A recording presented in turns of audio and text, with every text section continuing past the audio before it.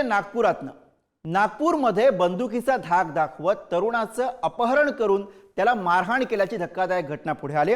ठाकरेंच्या युवा सेनेच्या पदाधिकाऱ्यावरती याबद्दल गुन्हा नोंदवण्यात आलेला आहे। गुन्हा दाखल झालेल्यांमध्ये ठाकरेंच्या युवा सेनेचा जिल्हाध्यक्ष शशिधर तिवारी आणि प्रीतम कापसे यांचा यामध्ये समावेश आहे। फटाक्यांमुळे विजेच्या तारा पेट घेतील, दुसरीकडे फटाके फोड अशी सूचना केल्याच्या रागातनं तरुणाला मारहाण झाली अशा स्वरूपाची माहिती पुढे येते आहे। श्रीधर तिवारीच्या वाढदिवसानिमित्त ही आतषबाजी सुरू होती अशी माहिती सध्या पुढे येते आहे।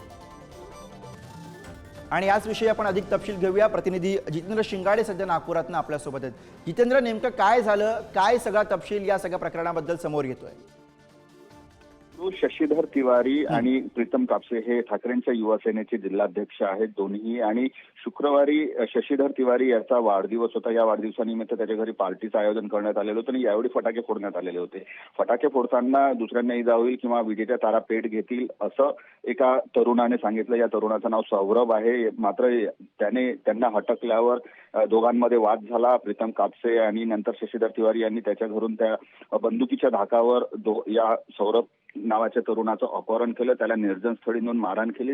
घटनेची पोलिसांना माहिती मिळताच पोलिसांनी तात्काळ पावलं उचलली आणि शशिधर तिवारीच्या घरी पोहोचले। याची माहिती मिळताच जे अपहरणकर्ते होते त्यांनी त्याला तिथेच सोडून पळ काढला। या प्रकरणी बरोबर, अत्यंत धक्कादायक अशी सगळी घटना आहे। धन्यवाद जितेंद्र या सगळ्या सविस्तर माहितीसाठी। पुढे जाऊ।